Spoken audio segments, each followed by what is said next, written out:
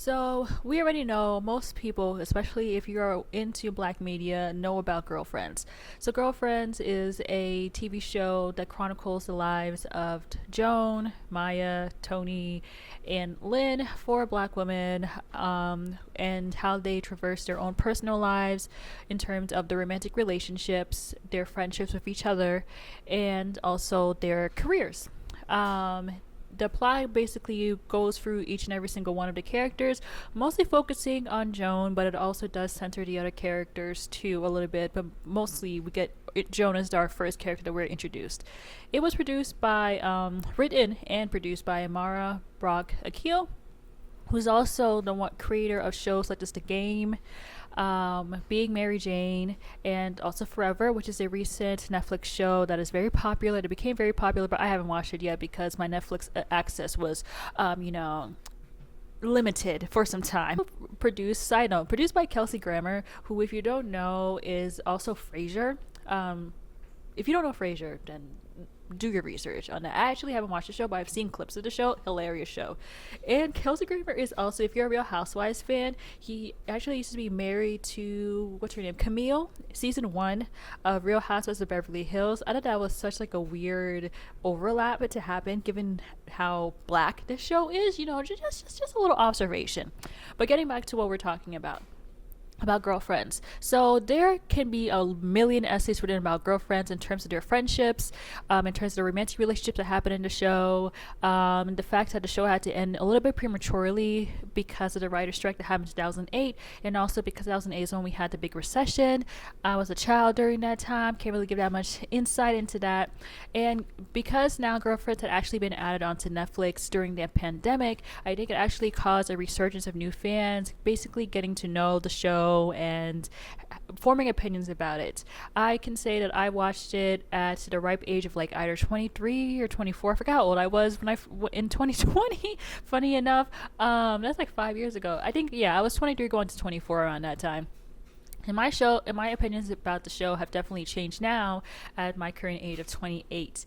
And so, like, I was thinking, let me rewatch the show because now that I want to do more video essays, I thought, like, why don't I just go and rewatch the show and actually try to come with an analysis of it? And the thing that I really wanted to go over was, did Joan settle? Based off of who she decides to marry towards the end of the show. Now, let me lay down the groundwork of Joan, the character Joan, and her whole plot within Girlfriends, right? Season 1, episode 1, we get introduced to Joan. Joan is a lawyer, and I don't know much so about the lawyer world, but she is like a junior lawyer, is what I understand, meaning that she actually works for a law firm, and her ultimate goal is to become partner. It is her birthday. She's about to turn 29, and she's about to have a birthday party, but she is also coming straight off of a breakup with a guy named Charles. Rather, they break up because Charles had actually told her that he did not want to get married. And when he actually appears in the episode later on, we found out that was not entirely true. What we also get to find out about Joan is that Joan really, really, really, really, really wants to get married. And I could resonate with that at the time that I watched Girlfriends for the very first time during the pandemic. Because when you are a high achieving woman, marriage is not just that. It's not just marriage, right?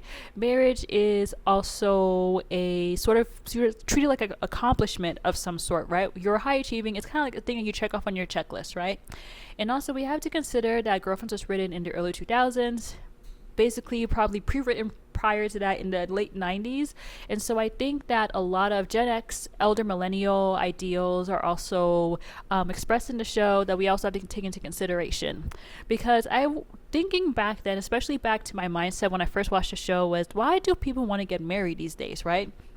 And when we get to know the character of Joan, her motivations for why she wants to get married are simply just that she just wants to get married, likes this idea of, being married. And she actually feels sad about the fact that she is about to turn 29 and she still hasn't been able to get married, and just coming off of this breakup with a guy that she thought that she was going to marry. Also, we get introduced to William, we get introduced to Maya in this episode, and we get introduced to all of the characters, but Joan also gets a phone call from Tony that very same episode, and Tony is asking Joan if it's okay that she bring Charles, yes, the guy that Joan broke up with, as her, Tony's, date for Joan's birthday party. There will be a day that I will talk about the friendship dynamics between Tony and Joan. It would not be today. So fast forward to the end of the episode, or like towards the the actual like plots of the episode. Joan gets prepared for her birthday party. Here comes Charles with Tony, and they sit down, blah blah blah, to converse. And then Charles reveals that he actually does want to get married. Which is embarrassing for Joan, because she had thought to herself that why I thought you did not want to get married. That's what he had told her a few months prior. I forgot how soon it was that they broke up. And Charles, basically gets the excuse that he changed his mind. And that's all he says in that moment, which embarrasses Joan. She has her whole dress ripped. It's really embarrassing.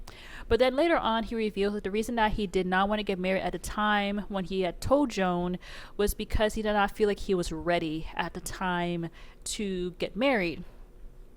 I wasn't buying that.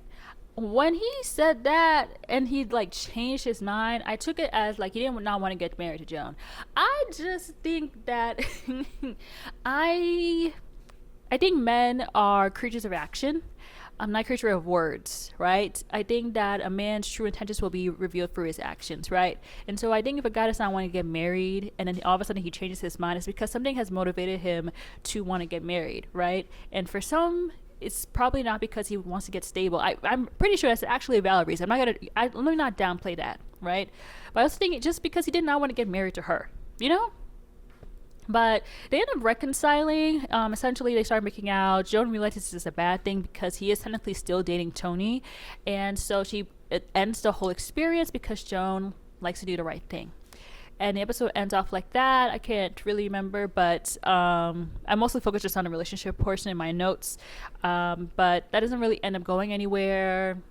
Blah, blah, blah. And then that ends the episode.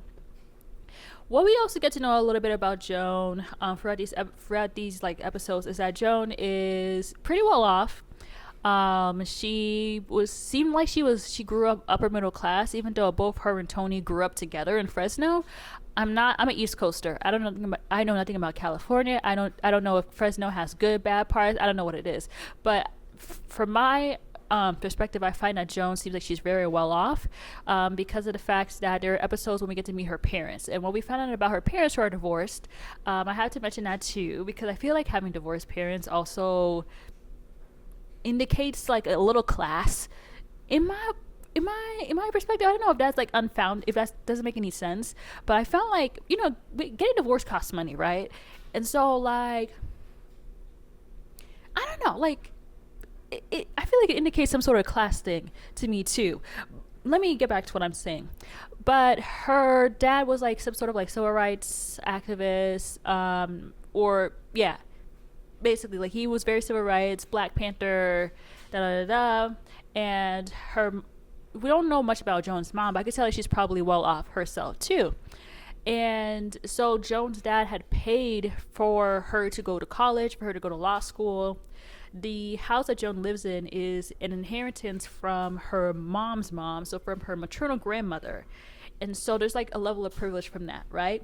And the fact that she's a lawyer, lawyers have a high regard towards them. It obviously takes a lot of work to be a lawyer, especially to get a professional degree. And at the time, I cannot say if this is the actual thing that happens for all lawyers now, but she's also a corporate lawyer, from my understanding. And so I assume that she's getting a certain level of money from that she's able to sort of maintain her lifestyle, able to maintain the house that she lives in, and so on and so forth. And Joan also lives in LA. And there's also other instances, such as when Maya gets married and Joan tries to insert her opinion into Maya's wedding plans. That kind of shows that Joan tends to have a very bougie-esque way of being, right? And I think that's really important to put here so that we can get a sense as to who Joan is and what type of man that we expect her to date. So what I'm going to cover now after Charles is all of the men that she has dated, mostly serious relationships. I'm not going to go over little one episode sort of relationships, because I don't feel like they really drive the point. I feel like in the earlier seasons that we see Joan go so more on these dates as just like little episode fillers, not necessarily because it was prolonging the plot. But yeah, let me get into it. So the first thing is that Joan tries to go on a dating site, and her and Tony go on a dating site, and also William. Yes, they all go. They all three go on a dating site. They go to the restaurant that Joan likes to frequent a lot, and she gets to meet Marcus. And Marcus, from I don't remember his job.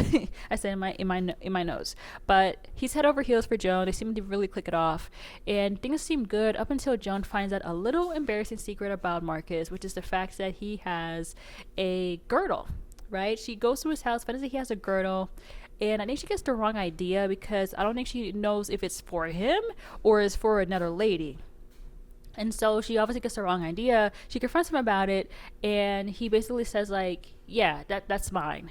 And why does he wear the girdle? Because Marcus is a little, he's a little curvy. He's a little wide around the hips, right? And again, this is the early 2000s, so a curvaceous man was not as widely accepted during that time, right? And so it's like a running joke throughout the entire episode. He has like these childbearing hips, which it's like funny how beauty standards change over time, because I'm pretty sure Marcus at this point, like if there was a Marcus like as a character here, probably would have been seen a whole lot differently. I don't know about male beauty standards at the time. If you can provide any insight into that in the comments, that would be really, really well appreciated, to give me insights as to why that was like the red flag for her. But she ends up, like not making it such a big deal. She ends up like accepting him, even though like she's kind of getting made fun of by her friends because of this. But the thing that causes Joan to break up with Marcus is the fact that he's just a little bit too overbearing, right? He gets a Joan phone. He gets like a Joan home, like calls like the apartment of Joan home. Like he's just a little bit way too much involved. William obviously calls Joan out on this because like he is giving her all the attention and that a woman would want, but naturally Joan finds this a little bit overbearing. I can understand it a little bit with her job, her obligations, that having a guy disinterested in you could be a little bit too much for you, especially if it doesn't seem like he has anything else going on for him. But it was just like a little bit, part of me could not understand it either a little bit, because it seemed like they hit it off so much, and I guess it just got to a point where she kind of grew tired of it, which is valid. And so she ends up breaking up with Marcus because of this overbearingness of him. And she doesn't end it off with him in a nice way. She basically lies to him and said that she's going to go on a like trip to Africa or something, and then they have goodbye sex, and I think she admits that it was a lie. It was just something. It is whatever, right? Interesting side point or side plot is when Joan has a pregnancy scare, because she has slept with Marcus one last time, and for that episode is just like her trying to figure out what she's going to do, raising a child on her own. Is she just going to go back and marry Marcus, blah blah blah. And then towards the end of the episode, she actually ends up finding out that she's in fact not pregnant. She just had like a little delay in her period, which has a bittersweet tone to it because she doesn't want to be with Marcus anymore, obviously. But the whole marriage and having children is definitely a thing that Joan values, and that's another thing that we get to learn about her, which is that she wants to have children. And it's a little bit sad because she was not able to have that, because she doesn't want to be with Marcus, and she wasn't even able to have like a child. It's not like she can't have children, it's just that it was like a thing that she could have had, but then now she doesn't have it. Right? And that's a little bit sad. I can understand why she would feel that way. So after this is a few little blunders here and there. Essentially, Jonah's just not having a good time when it comes to men after Marcus, until she meets Sean Ellis. So they go to an art exhibit. Sean Ellis is there. He's an architect. He's showing them exhibits. And this is an opportunity for Joan to really try to just get to know people and get to know people in person and just, relax. Just relax, right? Like her friends are really trying to help her to not chase after this idea of marriage, just date like a normal person. And so she meets Sean Ellis. She likes the guy. They have a few discussions, and Joan is about to leave, and then she's basically hinting that he asked her for her number. He obviously doesn't ask her, and then she kind of just like gives it to him in pure Joan fashion. And I think they get to go on a date afterwards, something along those lines. Yeah, they go on a date after, and things seem to be going good, except that Joan feels like something is missing, something is off, right? She notices that Sean isn't being as intimate or forward with her, and Sean is essentially trying to make it seem as if it's because of Joan's own personal boundaries. But what Joan is feeling is that she feels like there's like a sort of emotional disconnect between them. Something is like stopping them from being able to go on to the next level.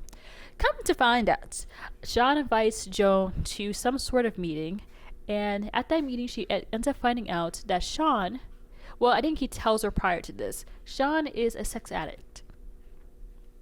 Yeah, so he's a sex addict, and of course most people, again, early 2000s, and I think now people don't really understand how addiction of any kind is bad. And so naturally she's just not gonna take him seriously on it because he's a man, and you know the whole stereotypes of how men love sex and blah blah blah, right? And so, but when she goes to the Sex Addict Anonymous thing with Lynn, she finds that the extent of his addiction, which is the fact that he has slept with about 300 women, and this sex addiction has cost him his marriage and also has cost him his job. He's basically blackballed in LA because he was sleeping with clients because of his addiction. And so this naturally turns Joan off because, like, that's not something that she finds herself being able to handle. And I understand that because I think in her eyes it shows that he's probably not very committal. He's probably just very prone to cheating from her perspective, right? This is how I'm trying to understand how the character would think, right?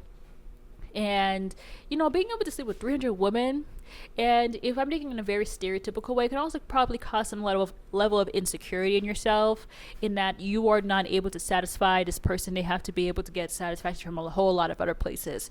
But Joan tries to change her perspective on it, and then she talks about it with Sean. Now, my thing about it is that when they had a discussion, I could feel that there was a lot of really bad, like, red flags about it, because Sean is making it out to seem as if it's Joan's fault, that she wants to have, like, this next level of intimacy, and prior to admitting his sex addiction, and that he was expecting her 3-month rule, when in reality, like, he wasn't being forward about this very important thing. And naturally, she's not obligated to his personal health information, but if it is something that, you know, is very important to tell, I think, you know, very early on, instead of it just being something that she had to, like, shake out of him. Now they end up trying to get intimate, and then coming to find out Sean is not good at it, because Sean views sex for a very long time as a means to an end. There's no romance, there's no intimacy behind it. It's nothing new amongst men, I ain't gonna lie to you, but they end up learning about that. Then we get to season 1, episode 19, which is that Sean is suspicious of Davis. So, mind you, I haven't really talked about Davis, right? So Davis is the restaurant owner of the restaurant that Joan loves. Like, he gives her like meals for free. He's constantly flirting with her. And there is one episode where Joan it was around, I think, Thanksgiving.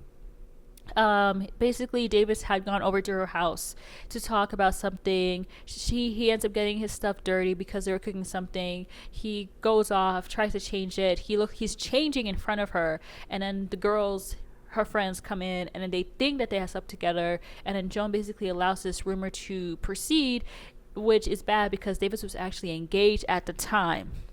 And so that happened, right? And then also prior to this episode, there's another red flag thing that Joan is responsible for, which is the fact that she was missing Sean while he was out during a business trip, I think. And Davis had come over to her place. It was during Valentine's Day.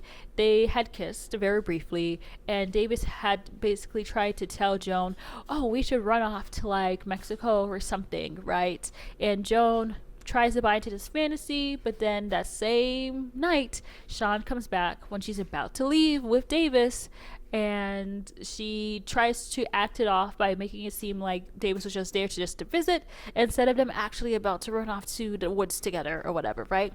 So Sean, in my opinion, is right to be suspicious of Davis, okay? Everybody should be suspicious of Davis. Joan should be suspicious of Davis, in my opinion. So Davis, so Joan had come clean about the kiss. Neither party of it really handles it pretty well. Like, they both say some really hurtful things, but I think that Joan's stance was very offensive, or it was just like gaslighting a little bit, because she says, I'm trying to come clean here. She's trying to make it seem like as if Sean's like anger towards this is unjustified. I'm just like, nah, he has a right to be angry. You literally kissed somebody while you were dating me. Like, you couldn't have waited for me to come back? Like, I get Sean. This is probably the only time I agree with Sean, high key. And then so Sean basically is telling Joan, like, you can't go to the restaurant anymore, which, controlling, you can't control her to do anything, but I think it would have been better if he said, I feel uncomfortable for you to go to that restaurant. Like, you can tell her not to go to the restaurant. She's a grown woman, she's an adult, right? But he should have expressed it in a different way. But that's not here. That's kind of like how a lot of people tend to communicate, right? We say something, we don't really mean to say something else, right? He has a point in not feeling comfortable about her going to the restaurant, because it's very obvious that Davis does have romantic feelings towards Joan, but he's just not, forthright about it, right? It seems like they kind of always miss each other when it comes to like these sort of interactions, and I assume that there's something about Davis that Joan does not really vibe with, because I feel like they could have gotten together in some instances if they had the chance. And then the fact that Davis had never revealed his engagement and he's kind of being wishy-washy about his engagement says a lot about him as a person, in my opinion. But Sean said something like towards the end of that argument where I guess like Joan is fighting against him, trying to go back to this restaurant by saying, you screwed every relationship you've been in. You sure you want to mess up this one? That is... How do you feel about that statement? I find that statement a little bit manipulative. I think the fact that he's basically saying that, oh, you're going to screw up this relationship, you're always screwing up your other relationships, this is why, like, I find it a little bit offensive. It's a lot more mean than I think it needed to be for their relationship to kind of progress on that point. So again, another red flag I find about Sean, the whole controlling nature of it, sex addiction, the way that he communicates to me is very, it's not... if anything, it's kind of like his sex addiction, right? Like, he's very forceful, very means to an end sort of person. Doesn't necessarily give a lot of vulnerability as to why he feels it the way that he feels, and he tends to like come at Joan and her emotions for that. Not saying that Joan is right, but saying that there's a better way to communicate these sort of feelings instead of the way that he has done so far. Now, season 2, beginning of season 2, they end up breaking up. What happens at the end of season 1, I have to mention, is that we have this whole Tony storyline going on in the background, where Tony had essentially gotten back together with Greg, who was an artist. She didn't want to date him because he was poor. Tony wants to date rich men, so she ends up cheating on Greg with a richer man, but that richer man ended up giving her chlamydia, and then she gives the chlamydia to Greg, and she doesn't tell Greg that she had a chlamydia because she cheated. And because Joan Blabbermouth accidentally tells Greg that, did you guys talk about the whole chlamydia thing? And then that's when Greg ends up finding out that Tony cheated on him, and then that causes a huge thing that blows up when they go to their vacation on Maui, right? Like, they got to Maui not as a way to comfort Tony because of the breakup, and Joan basically kept the fact that she told Greg the secret to herself, but then over the course of the trip it gets revealed, or Joan essentially admitting that she had told Greg about it, and then Tony naturally gets mad. Tony ends up going back to LA, and then when she goes back to LA, she goes to Joan's house, specifically tries to seduce Sean to sleep with her as a way of getting back at Joan. Joan comes back to see this. Joan naturally interprets it the right way, saying that Tony was trying to do something very backstabby towards her, and ends up ruining their friendship. That's there, right? And this is also the point where Joan is actually starting to prioritize herself, going back to church. Yeah, I know that church episode. But yeah, let me get back to Sean here. They break up. Why did they break up? So Sean had gotten a job in New York, and he finds it much better to stay in New York, obviously because of the job opportunities. But he actually wants Joan to come and be with him in New York. Joan obviously does not agree with this plan because she feels that in order to do so, she has to uproot her entire life, and she would be jobless for some time because she would have to take the New York bar. And obviously she has to leave her family behind, her friends behind. It seems like a huge sacrifice for her to do, especially for a boyfriend. I get that. That's completely valid. Other reason that Sean wants Joan to come is because he feels like it will be better to manage his addiction if she is there. Which, what were the strategies you were using before? You can't use them now? Like, once again, the one thing I just did not like about Sean is that his way of communicating these sort of things was just poorly executed. Like, what does he mean by that, right? Like, he was kind of in a way sort of inadvertently telling Jonah, I'm going to cheat on you if you're not here, right? And it's just a lot of like forcing Joan to do things for his benefit, right? It's understandable that he has an addiction that he is trying to manage, but to end the relationship because of that, even though you are going to be abstinent during the time that you're away from your long-term girlfriend, like, Sean just didn't make any sense to me. That's the thing, right? Just didn't make any sense to me. He wants Joan to do certain things for him. Doesn't necessarily seem to be as compromising towards her. I'm just not a huge fan of Sean, and I'm really glad that they broke up. Now, the worst thing, and the thing that I really finalized why I didn't like Sean, is the fact that after they split, there is this general idea that they are going to get back together if Sean ever gets a chance to come back to LA. So during that time, Joan had dated somebody briefly during that time. I'll get into the story about Chris, which is the mailroom boy that she ends up dating for some short period of time. He comes back, and then when he comes back, he lies to Joan and says that he is currently engaged. And when she finds out that he is actually not, in fact, engaged, he's just moved on and is dating somebody else, he admits to her saying that, like, oh, I felt that, he says that Joan has a controlling nature that he didn't want to return back to. So I'm like, again, like I said, right? Like, another way to like hurt her, come at her. It's not to say that Joan isn't a controlling person. I'm not saying that Joan doesn't have a level of neuroticism and very anxious attachment style like that. Like, that's valid, right? But I think if that was his reason for doing that, then why call her prior to you coming back to tell her that you were going to come back to LA, right? Because now would then encourage her in the idea that you had already agreed on that y'all were going to get back together if you came back to LA. So what's the whole point of calling her back if you're just going to lie to her and not tell her the entire truth? And then when she finds out the truth, you actually end up trying to insult her. Like, Sean is a very much like that guy, like that guy that you date that just doesn't like to be honest, doesn't like to be seen as the bad guy, who doesn't necessarily take a lot of accountability for himself because he does not want to be seen in a poor manner, right? Which, I guess with an addiction like his, he probably gets that a lot. So not wanting to feel that a lot and just wanting to feel, better about yourself and kind of deflecting a little bit probably helps him cope with that. So bye Sean. And this is actually a moment where Joan, we feel as the audience, feel like Joan is starting to make a little bit of a pivot. And I would say, like, much like video games, it's a learning opportunity for Joan. And it actually adds to her standards of what she wants in a future partner. So I mentioned Chris really briefly. Chris is a mailroom boy. I'm mentioning him because he actually was in a lot of more episodes. I think that Chris is actually in his early 20s during the show, and Joan is obviously near the end of her 20s, in her early 30s. And I think the reason why Joan and Chris end up dating is because Chris actually helps her feel more, feel younger, essentially, right? Because Joan has like this preoccupation with age and accomplishing things at a certain age, so being with Chris actually kind of makes her feel a little bit more youthful, right? Even though there's not like, in this day and age, like me in my late 20s, I still feel like a child. Not gonna lie.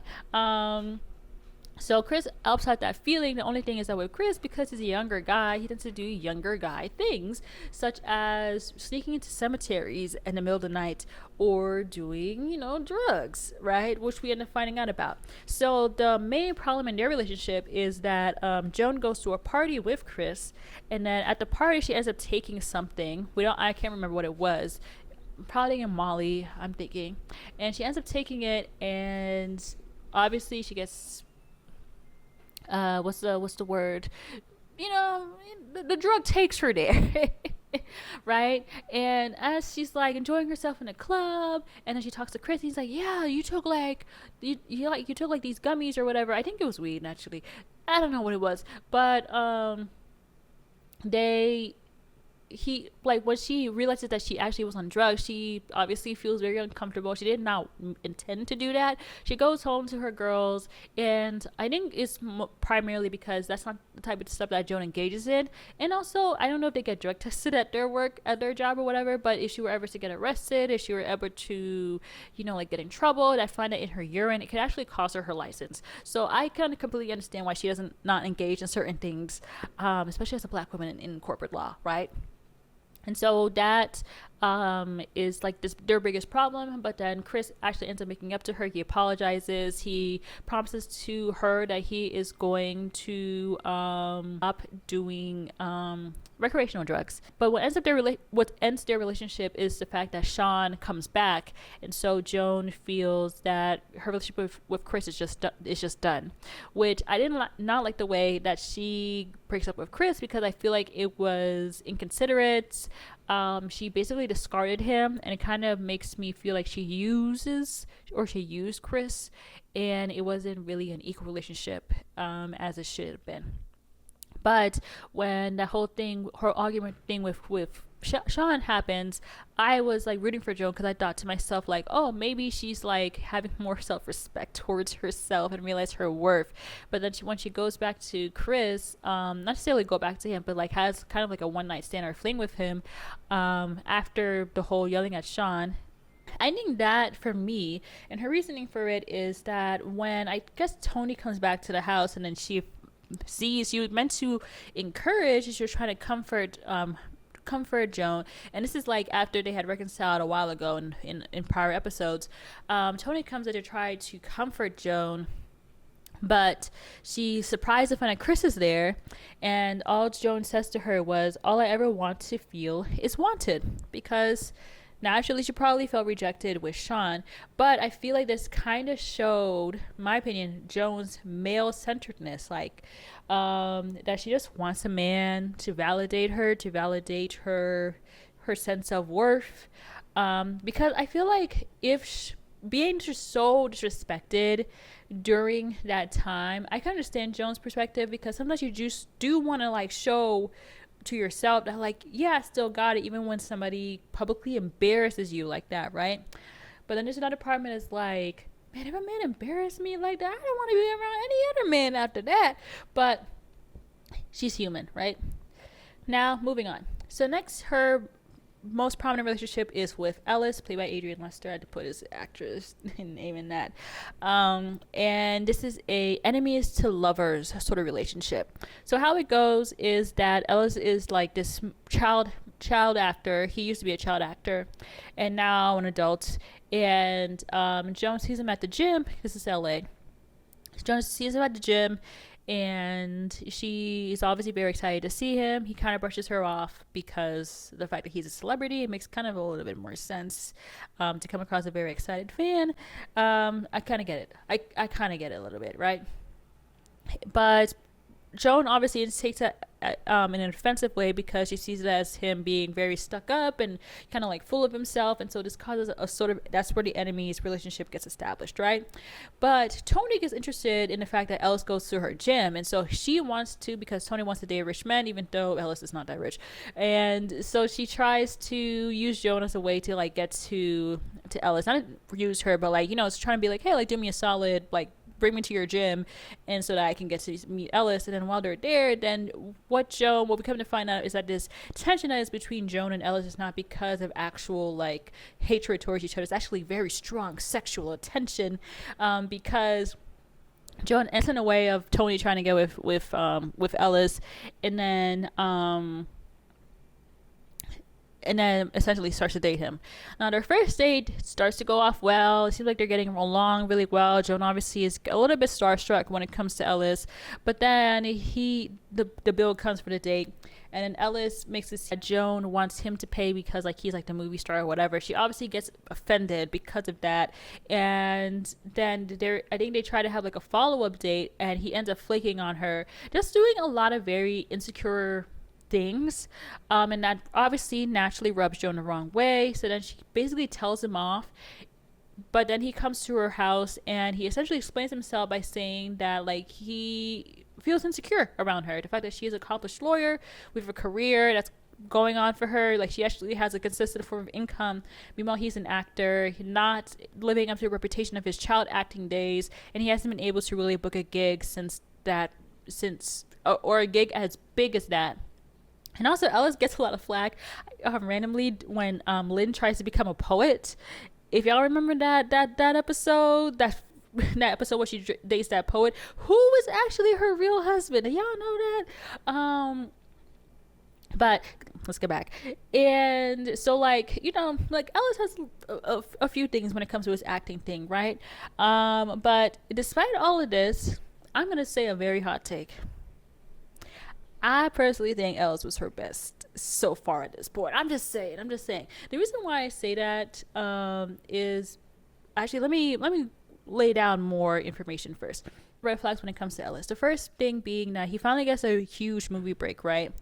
Then he invites Joan to walk with him on the red carpet. She gets in a limo. They're about to have a great time, about to walk on the red carpet. His publicist comes in, basically tells that Joan cannot walk with him because he has this image as a bachelor, right? And he cannot take Joan with him. So there's that. And she kind of accepts it as that. The other thing is Valentine's Day comes along. He basically creates like this really elaborate scavenger hunt for Joan.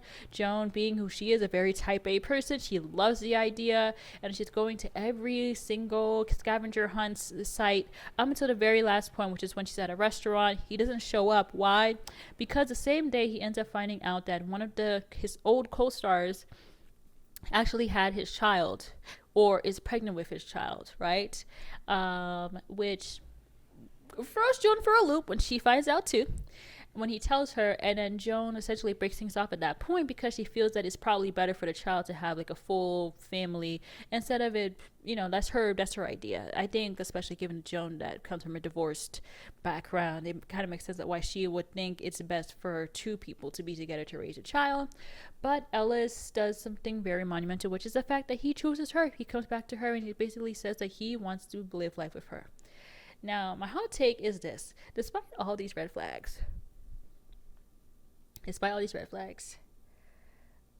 I think that Ellis is actually her best love interest. I'm just saying. I think at like this point, like he truly is like the best fit for her.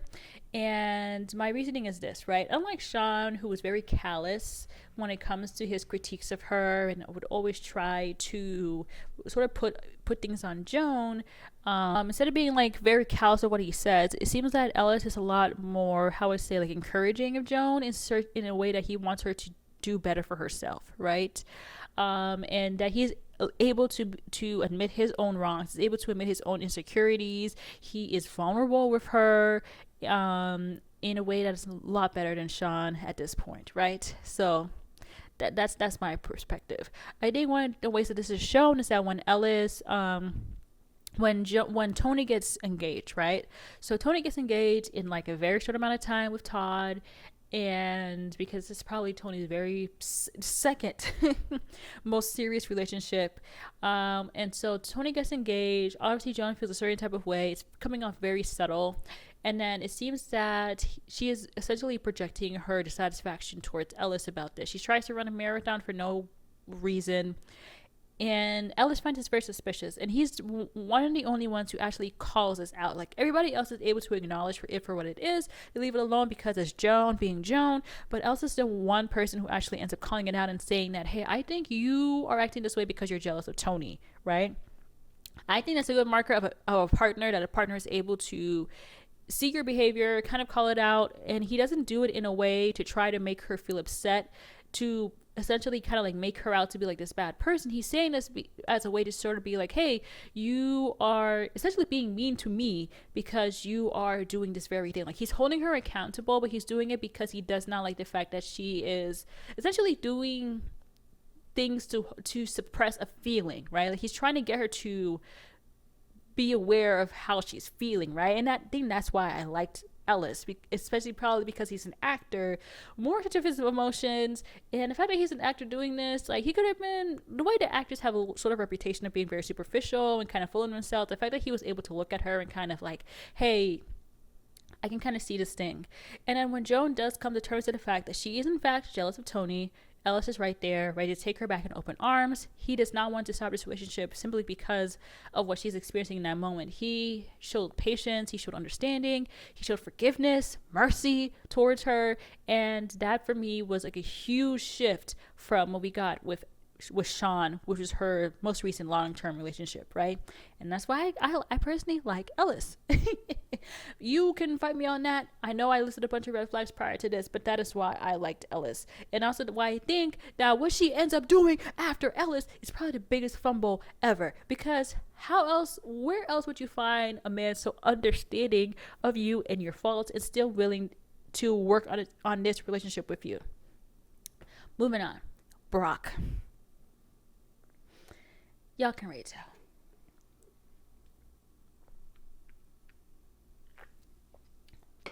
Gotta clear the sinuses for this one. I'm not a fan of Brock. I was on the Reddit streets trying to get people's opinions or kind of like draw like a very superficial survey of how people feel. The surprise I found and how some people actually liked Brock for Joan, I'm like, did y'all watch the same show I watched? So Brock shows up during a very vulnerable time of Joan, right? Ellis is off doing his acting gigs. He's obviously not going to be there all the time to give Joan the attention that she so desires, right? And the episode where she gets to meet Brock is actually a weird episode because it's the same episode where her, William, they meet this fortune teller on the street. He's basically saying that there's somebody important you're about to meet, blah, blah, blah. She meets Brock when it's raining outside. She thinks it's some sort of cosmic, thing that's happening. I personally think that because Tony had gotten engaged during this time, gotten married, if I'm getting the timeline correct, Joan feels dissatisfied and she obviously wants to get married, and she feels a certain type of way with Ellis going the trajectory that he is going, right? Which I think that she either is feeling insecure that she can't fit into his life as much as she would want to, or that he's probably not going to propose at the time that she wants, and also over the fact that Ellis has another child that kind of like complicates the situation a little bit for her. So all of these things have added up. Joan is feeling very dissatisfied about her relationship with Ellis, and so here comes Brock. And so Brock is Ellis's new publicist, and they have like this sort of connection, essentially kind of like starting like an affair, a sort of emotional affair between them. And then Joan comes clean about it towards Ellis, saying now, like her feelings have changed, and then now she's into Brock. And when I say the biggest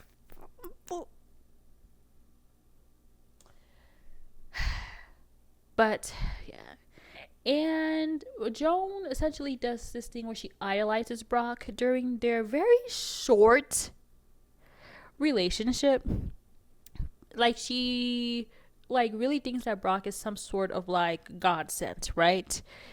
And he kind of like, I could tell like they have a good chemistry, but I just don't trust Brock because we don't know Brock that long.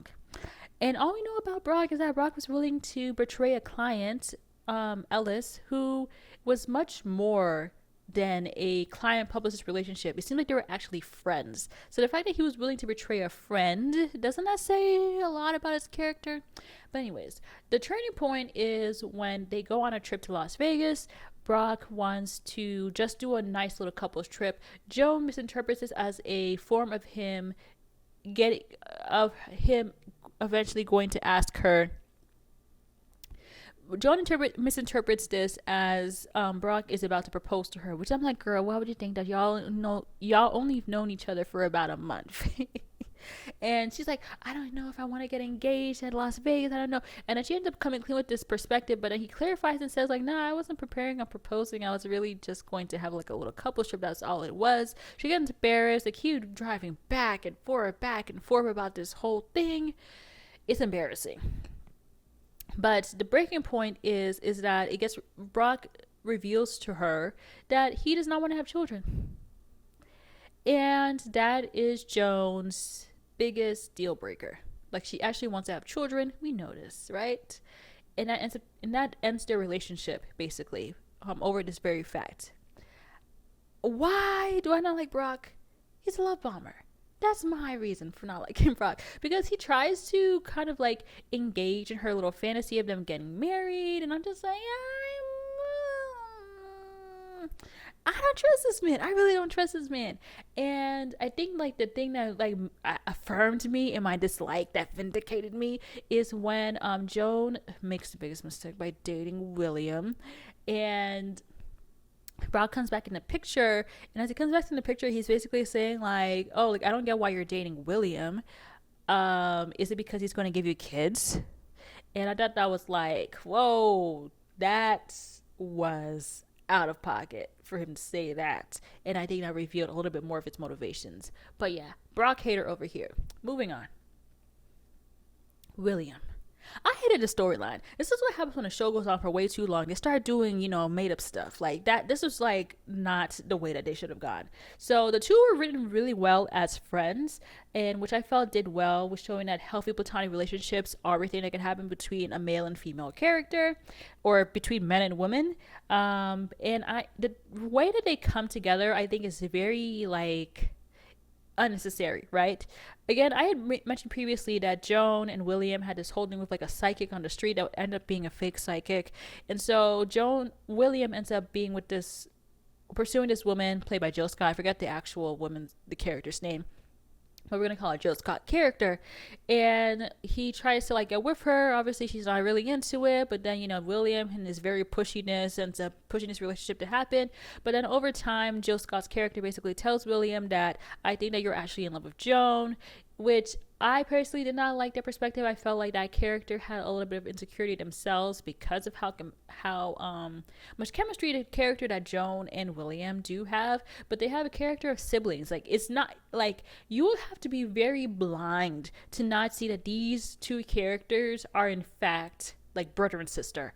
Like, that's how they come off to me, right? Like, William doesn't seem to have like any sort of sexual desires towards Joan prior to this. Like, yeah, he might do a little bit of a flirty thing, but it's very not natural.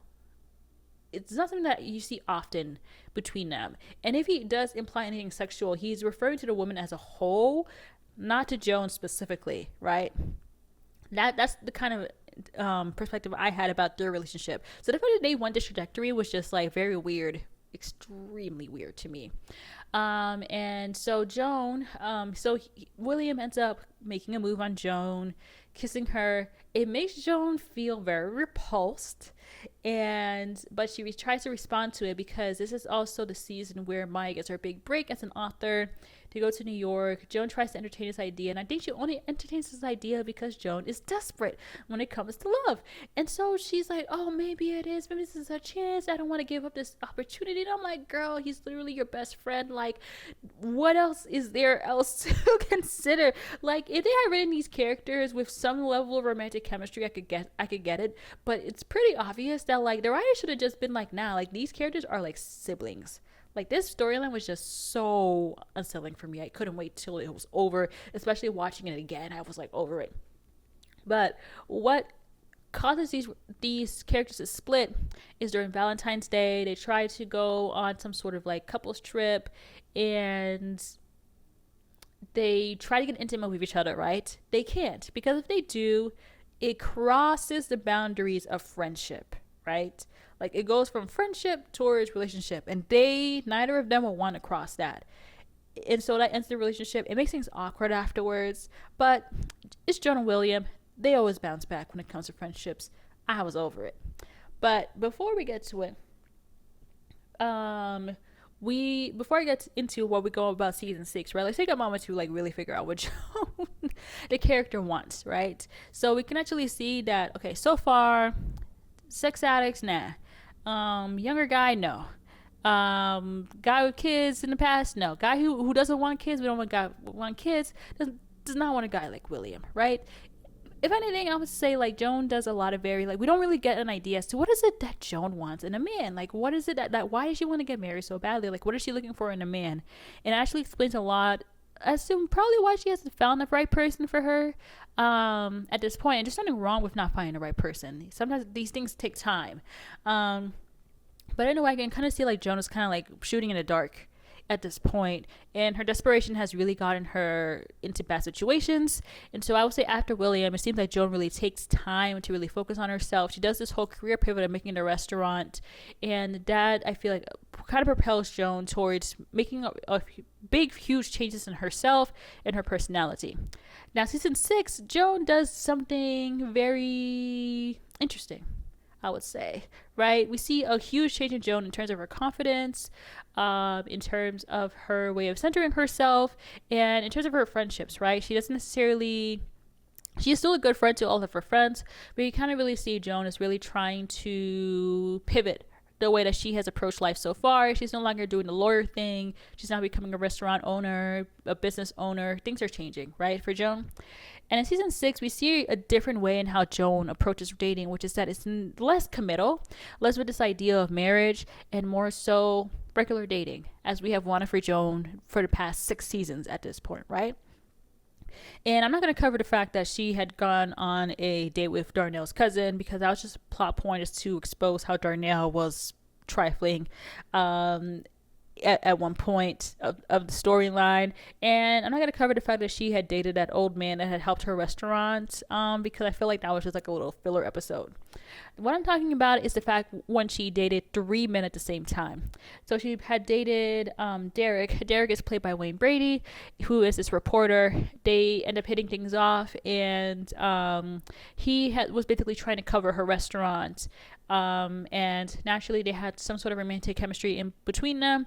They end up sleeping together, and then the next day Joan finds out that she gets like a really nice cover about her restaurant the next day, and then she is worried that because they had slept together that this had brought some sort of like conflict of interest into the relationship. But I think it gets all cleared up after that.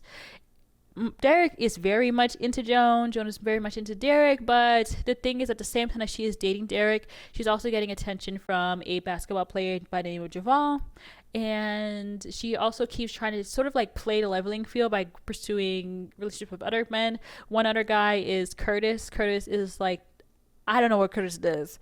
My understanding is that Curtis is a rich guy. Maybe. I'm probably dating myself. 96 baby. So I think maybe Curtis is actually. Let me look that up. Never mind. He's not important. Okay, so Curtis Carter, and he. My understanding is he's a rich guy that frequents her restaurant, right? And so Joan is trying to date 3 men at once. This is a very new territory for Joan. She's not really a multiple dater sort of girl. She tends to date one guy at a time. And so like we see Joan really trying to make like this huge shift from being a goody girl 2 shoes, and now she's dating 3 guys all at once. It kind of makes her feel a little bit good, you know. We all feel good when we have like a little roster going on, right? You know. But out of all the men, Joan likes Javal the best, right? And she's not really, transparent about this. That's actually valid. I think that if none of these men had asked her to be their girlfriends, then she is in her right to be dating all of them. Like, it's not really that. But I think is that Derek really had expressed, like, kind of like laid out his heart towards her, and Joan wasn't. That was Joan's opportunity to be more upfront about her dating style at the time, but she didn't, and she decided to just kind of like, do all of this, right? She even tells the girlfriends that she tears the guys in the fact that Javal's like her Ivy League, and she calls Derek like her safety school, which I thought was like, that's a little dehumanizing. His name is Javon, not Javal. Yeah. But then this all comes to a close when both Derek and Curtis find out about each other, right? And I could definitely feel Derek's like like upsetness at this, because he had really done a lot of favors for Joan, and I could see that, you know, prior to that, the whole like magazine cover thing was probably not a conflict of interest, but this was, and it kind of seemed like she probably took advantage of him during that time. So I can understand his like, he used me sort of like perspective on that. But when they do find out about each other, right, Joan was too honest by revealing to both men that she was not really that much into them. She was actually more so into Jovan. She did not have to say all that. All she had to say was, I'm not looking to be in a serious relationship right now. I just kind of want to be dating more so often, and then if something occurs, like, you know, she didn't have to give, you didn't have to reveal the answers, girl. You didn't have to reveal the test answers is what I'm trying to get at, right? And so that naturally would make Derek feel a certain type of way. Curtis, he don't got standards. He doesn't feel a certain type of way about it. And then Joan continues to embarrass herself throughout this episode by going to Javon's place. And Javon is a basketball player. Gotta clarify that too. In her like lingerie as a way to try to seduce him because she likes him the most. But Jovan, prior to this, has been shown that he's kind of very flaky. He doesn't really follow through on his texts, his communication. And I think that Joan likes Jovan because he is like probably the biggest status symbol out of all of these men. And that's kind of like what Joan's direction was going during that episode. And I would like, I guess like a way of describing it is more so like new money trying to be with old money. You know what I'm trying to say, right? Like Joan is very upper middle class, and so her trying to get into like the celebrity status way, it just comes off as very like cringe. And it becomes the cringiest when she goes to a party in a very scandalous sort of dress, into a party where most people are dressed a little bit more conservatively, and she ends up getting blackout drunk, throwing up on their lawn, and ends up missing Tony's court date for her custody battle, right? And that's how season 6 ends, right? And so we see Joan really get like an attitude shift as she sees that she was trying to be something that she was not. And so there is also a lesson in that Joan has to be a lot more authentic towards herself. So what have we learned about Joan so far, right? What are Joan's dating standards at that point? She obviously dates very accomplished men, and she's not really particular about which type of career that they have, right? She doesn't seem to have like, she has to date a venture capitalist, she has to date an engineer, she has to date this certain type of men, she has to date men with a certain type of income. She tends to date men irregardless of what they do, right? If they're getting money, if they got a job, then so be it, right? She doesn't really seem to care about that. She definitely wants to be with a man with marriage and kids. Those are definitely her deal breakers. And she has to be with a man around her age and older, a man with sexual discipline, a man without previous relationships or children, because that was the biggest thing with Ellis. And she explicitly states all of these standards when she finally dates Aaron. Okay. So how do they meet? So Joan meets Aaron when she goes off to volunteer, I think in Louisiana, to help rebuild houses that were affected by Hurricane Katrina. Aaron is there, obviously building houses. They meet there, and then that's also when Joan kind of like lays out the reasons why she's there, because of this whole thing that had happened in season 6, basically ruining her relationship with her best friend Tony. And this was kind of like a way of her kind of like trying to redeem herself, because she realized that she had done a really bad thing, had been a really bad friend, essentially had gone against most of what we know as Joan in terms of a moral character. And this is kind of a way for her to sort of like recenter herself, and then she goes back to LA. But prior to this, they exchanged numbers. Some few episodes pass by, we don't really hear from Aaron. And then towards like the middle of the season, we get to hear back from Aaron. They go on a date. Joan is very excited because she didn't expect him to call. And he comes in.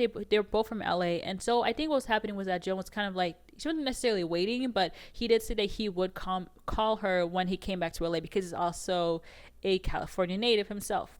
They go to the restaurant, they talk, and then Joan tries her best to try to be as casual and very open about dating at this point, but Aaron's very upfront about the fact that he wants to get married, he wants to settle down, and so he wants to know those are her intentions too when it comes to dating. I like that in a man. Joan goes on, and then she essentially lists all her standards, like saying, like, since you laid down the table, let me ask you these questions, right? And she basically lists out all the standards that I just mentioned before, in terms of what she's looking for in a man, and Aaron passes it with flying colors, no really outright red flags, right? Until they go on a second date. And then on their second date, I think they're on a way to like a beach or a picnic of some sort, and they decide to take the train. And this is obviously Joan's very, very, very first time taking a train, and this indicates probably the biggest class difference between them that we had not really seen before, right? And then so she wants to go to the bathroom. Aaron suggests that they stop at his place, which is on the way.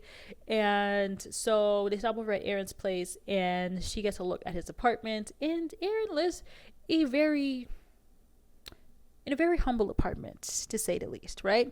Now here's the thing, right? This is California, and the man is a teacher.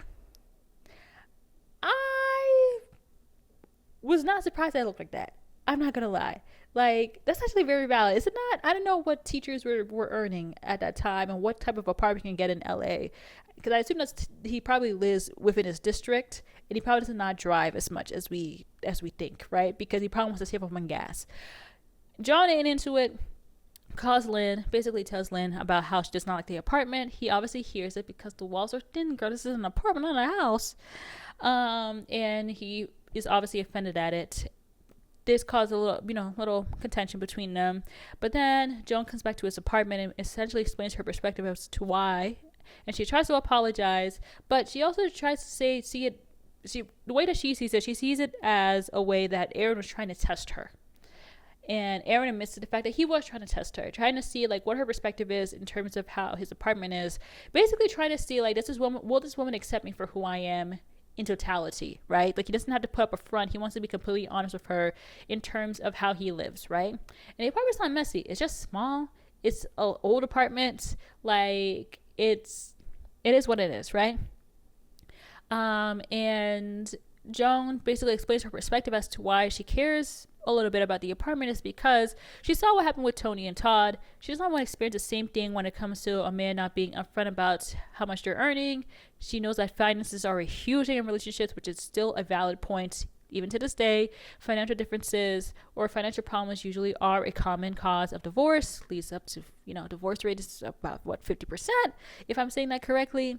So her reasoning for that is actually very valid. And they end up having a talk about finances and whatnot. And in that, Aaron reveals that he has been saving for a house the whole entire time, right? And so they are able to get over that, right? But I would say season 7 revealed so many red flags about Joan herself. The fact that she had an affair with one of his best friends, like years back, when she tries to get a new car, like that episode.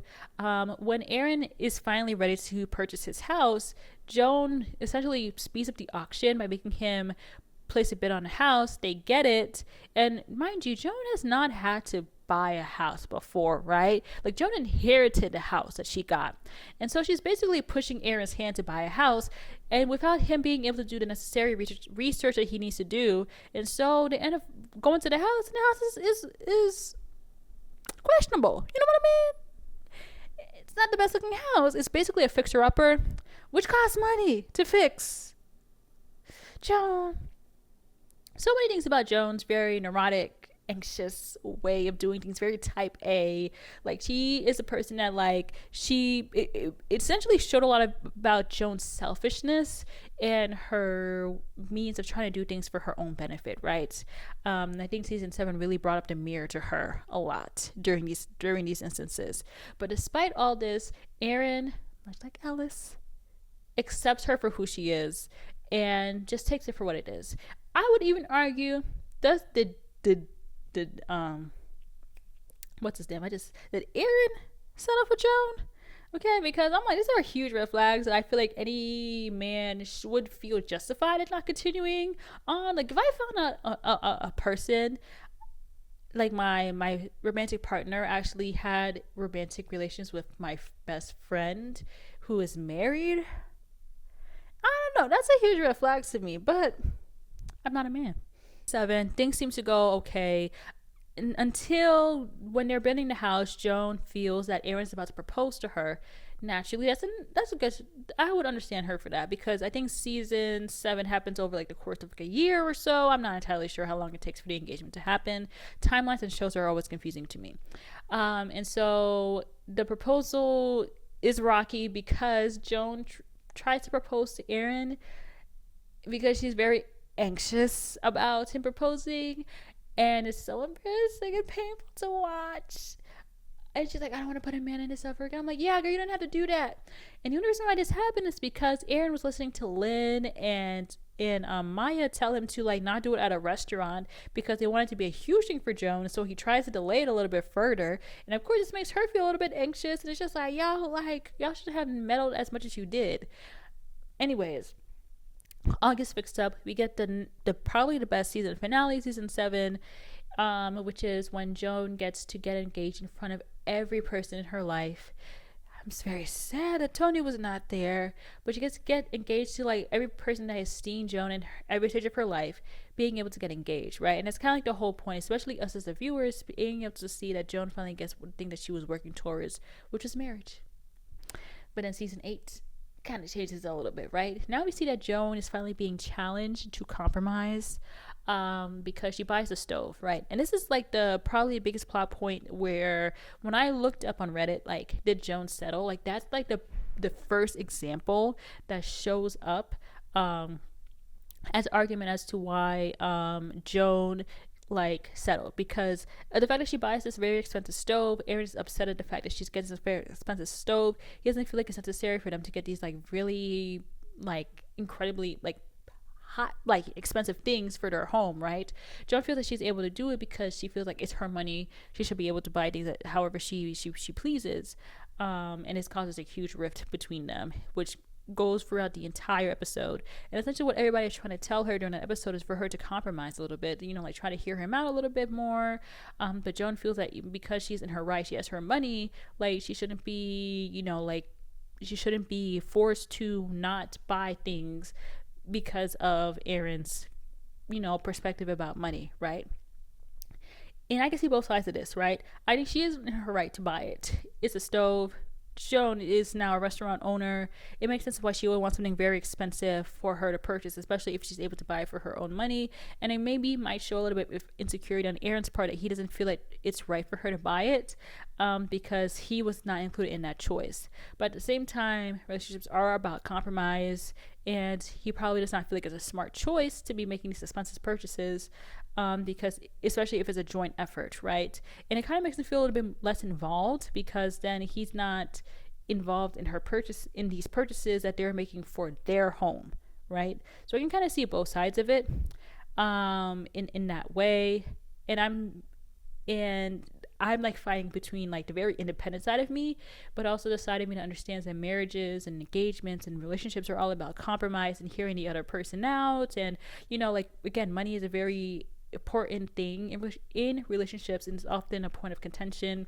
It can actually cause a lot of huge rifts in relationships. So I completely understand like why this is a very important topic. But the end of reconciling towards the end of episode 8, episode 1, season 8, because like ultimately they did not want to argue. They don't want this to cause a rift which will cause the relationship to dissipate. It's really more so like mutual respect. They just want to have acknowledgement of each other's feelings, acknowledgement of each other. It's not really a matter of money. It's really so much like, can you understand where I'm coming from? Can I understand where you're coming from? It's more so like that.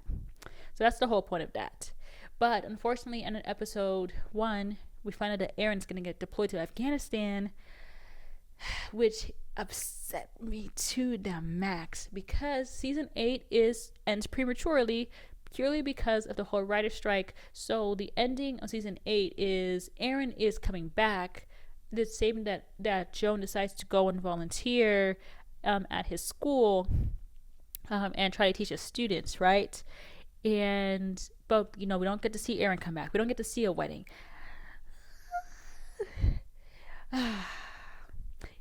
Yeah.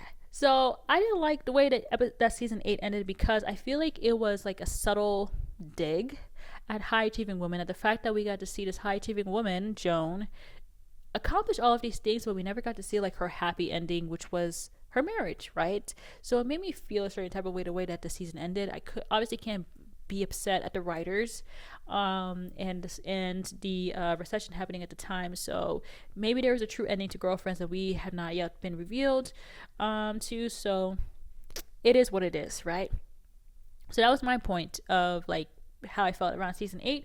And when I watched it for the very first time, I kind of feel like that way throughout the entire show. The fact that Joan was getting into these relationships, but then every single time she got into a relationship, there was always something that was always ruining things. Like it seemed like getting into a relationship as a very high accomplishing woman is a very difficult thing for her, which is my main gripe with the show, right? This fact that like you can be a very accomplished person, but despite all this, love is something that you have to sort of like compromise on, right? Or something that she, like Joan, was not able to be her full 100% self, which is why I kind of feel like Aaron was a great fit for her, and also why Ellis was also a great fit for her, because they allow her to be her 100% neurotic, crazy Joan self, right? Despite all of her little quirks, they could see that Joan's attitude is not out of malice. It's not because she's a horrible, bad person. It's really mainly because Joan is Joan, and that's who she is, and that's who they accepted her for. And that's kind of like why I really like those characters and why I feel like she did not settle. Now, I have said this whole entire discussion, I realized I did not even define what settling is, right? So what settling is this idea that you have this certain level of needs, you have a certain level of expectations and standards, and they're not being met in a relationship. And instead of leaving, you decide to stay despite all of this because you're either afraid of, you're entirely afraid of not thinking that you can find anybody better, or this fear of being alone, and essentially accepting less than what you truly want out of a partner. Now, reiterating what I said when I talked about Joan's standards throughout this entire thing is that Joan does have standards that are being met by Aaron. And, like, she doesn't have any gripes about career, as to what type of career they have. It's more still, are they able to emotionally connect with her? Can they give her attention? Can they give her the affirmation that she so desires? Like, that's sort of more so like what Joan wants. Is this a person who wants marriage and kids? Are they okay with going to church? Do they have any other red flags in their past relationships that would stick out to her? And he doesn't. So that's my understanding. What I think happens is that there are a lot of people who probably would not date Aaron or get engaged to Aaron themselves, and so instead of acknowledging the fact that maybe Joan's standards are being fulfilled, they feel like for them their standards are not being fulfilled, and that's fine for you. But for the character of Joan, like that's kind of like what it's displayed as, right? And again, this is a character set in the early 2000s, being written by people who were probably Gen X, and for her more so like Gen X elder millennial crowd. I'm not trying to say that all people who are Gen X or elder millennial are this way in terms of their thinking, but like back then, especially as a woman growing up in that time, all you want to do is get married, right? And so in the context of that, Joan's standards are being met, and so she's not, by definition, not settling. And I actually think that Aaron is a good partner for her because he balances her out. He's not as neurotic as her. He doesn't have like this same old, like, he's obsessed with her. He loves her, obviously, right? But he's not a Joan duplicate, right? And he has similar values and morals to her, and he's willing to compromise. When he says that he thinks that Valentine's Day is like some sort of corporate holiday, a very very like progressive idea, in my opinion, like that very like, you get what I'm saying, right? He thinks that it's a very capitalist, very consumerist holiday. But then, ginger ale. But then when Joan admits to him that she actually likes Valentine's Day, he compromises it for her. Like he's not rigid against her ideas of romance and whatnot. So that's why I don't feel like she's settled. And so I think when people look at this character and think that she settled, then it's more so saying about what the viewer values in their relationships more so than how the character is written, right? And I can sense why people may feel like she's settled because of the fact that she is just very high accomplishing woman, and she ends up marrying a teacher, also a military man, which comes with a little bit more stereotypes than a lot of us. It comes with a few red flags, right? For some people. Me too. And so like that feels like it's like a disaster waiting to happen. Like what does the relationship of Joan and Aaron look like 10 years from when it was written, right? Is this a relationship, if this were to happen in real life, would it last? Maybe not, who knows? So there's that. But is the success of a relationship really defined by its longevity, right? We're actually having these discussions about how relationships are and how they're defined. And, are you a failure if you end up getting divorced after a relationship, you know, like dissipates, even though you thought it was going to go forever? So like there's still a lot of nuance, I feel like, in this discussion, than it is that like she settled because she dated a brokey, and that's really it, right? I think settling is always going to be respective to the person that it's coming from. I think that each and every single one of us has standards. Like for me, I'm a person who wants to get married. I would like to have kids. And so if I work with somebody who never wants to get married, who never wants to have kids, it's obviously somebody, if I'm going to be with them forever, that's settling, right? While there are people in this world who do not want ever to have who do not ever want to get married, they're fine with having kids with another person. They're probably fine with civil partnerships, but they do not want to actually have like an actual marriage to occur between them, and that's their standards. So what I could view that as settling, that's that other person's standards, and perspectives on what relationships are for them. For some people, in my opinion, I think like moving across the country to be with a partner without any sort of commitment is a form of settling. Like if you are a city person and then you go out and you go live in a rural country with somebody, even though you hate the rural life, I view it as settling, because that's an expectation, that's a need, that's a desire to be in the city that you want for yourself, right? So I think that settling is really, it's very person specific, and it looks different to everybody else. Now there are certain things that are bare minimum, like not being with a man that abuses you, right, or doesn't cheat on you. This is like very bare minimum. I don't necessarily consider that our standard, because there are a lot of things that go into a relationship that a lot of people don't really consider, like the fact that you kind of want to be with a man who knows how to clean up after himself. Like that's that's still bare minimum, but like you know what I mean, right? Like things that we consider like oh woohoo might be bare minimum for a lot of people. So I think it's really a very much more nuanced topic, and requires a little bit more understanding of how this person's perceiving their relationship based on their own perspective. So that is my video on that. This take a really long time to talk about.